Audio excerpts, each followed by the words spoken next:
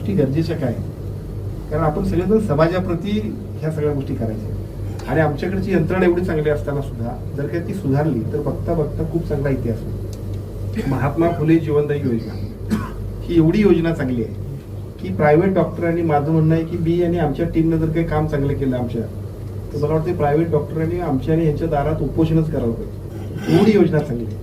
आता आम्ही त्याची पॅकेजेस वाढवली, ती एवढी चांगली पॅकेजेस आहेत की ज्याच्यामुळे खाजगी डॉक्टर निश्चितपणे आमच्या विरोधात आंदोलन करतात. आता पॅकेजेस खूप वाढली, आम्ही तर त्याच्यावरती खूप टार्गेटेड काम करवलंय.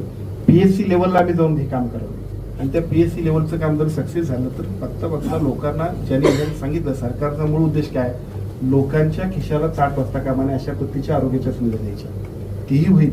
आणि दुसऱ्या बाजूला जे तिथे काम करणारे डॉक्टर्स आहेत त्यांच्या सुद्धा निश्चितपणानं त्यांना सुद्धा अर्थकारणासाठी बाहेर रेफरल करायची जी सवय आहे ती बंद होईल. अशा पद्धतीच्या या योजनेमध्ये सुधारणा गेल्या वर्षभरामध्ये मी केली. पॅकेज वाढवली, डॉक्टरांचं इन्सेंटिव्ह वाढवलं, डॉक्टरांच्यावरची कॅप होती ती वाढवली आणि त्याबरोबर आजारांची संख्या सुद्धा वाढवली.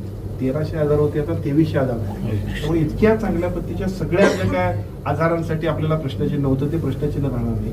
आणि त्यामुळे माझी खात्री आहे आम्ही जर काय आता पुढच्या वर्षभरामध्ये टार्गेटेड काम केलं तर सगळे प्रायव्हेट डॉक्टर्स निश्चितपणे ह्या आंबेडकरला बदला म्हणतील अशा पद्धतीचं काम केलं. त्याच्या पाठीमागचं कारण असं आहे की आमची यंत्रणा खूप सक्षम आहे. फक्त त्यांना कधी कधी मोटिवेट करायला पाहिजे, कधी कधी जरा त्यांना भीती दाखवायला पाहिजे आणि गरज पडेल तिथं विश्वासात घेऊन त्यांना प्रेमानं अजून चांगल्या पद्धतीने काम करायला प्रोत्साहित करायला पाहिजे.